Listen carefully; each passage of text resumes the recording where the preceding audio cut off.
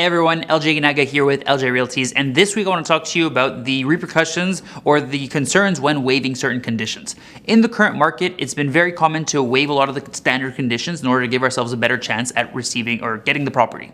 Now, although this can be favorable in order to get the home, and obviously that's currently the main goal a lot of the time because of the multiple offers, because of the lack of inventory, I want you to remember that when you waive conditions, you're giving up certain rights in doing so. The first thing I want to talk about is waiving the inspection. And there are certain cases where I will recommend it, still very few if we have a recent report, if we have a brand new property, things of that nature, if you will. Beyond that, I'm still generally not comfortable waiving an inspection condition on a property, especially for a first-time buyer. But what we do when we waive that condition is we automatically give up our legal warranty. So there are properties that are sold with legal warranty. I've had buyers say, oh, well, it doesn't matter, it's sold with legal warranty, so if I don't know about it, I'll just sue them later and we'll deal with it then.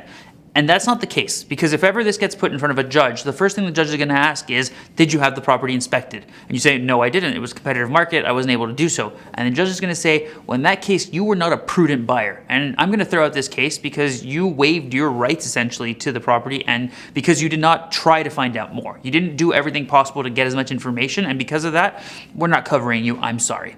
So that's the first thing I want to talk about, because a lot of people just say, oh, legal warranty, I'm covered. And it's not the case. If we waive our inspection and we can't prove that we did due diligence to make sure that we were covered and really this was beyond any scope that we had, then you're not going to be covered. The second thing is document review, and that's specific usually to condos because we want to hear about the financial statements, the meeting minutes, what's happening in the background, do they have a contingency fund, and these are super important things, especially with the law changes that we've seen this year in Quebec. The second contingency fund required, the cash flow that we're going to have in our accounts in order to cover potential roofs, windows, etc. A lot of the times people are waiving these conditions, and again, you're buying a share of a general building. You're going to be responsible for anything happening to the building, so you want to be informed. In this case, when do I consider it okay to waive the condition? It's really just when we've had access to the documentation beforehand, because if not, you're going to be buying into all of those problems if they happen to be problems.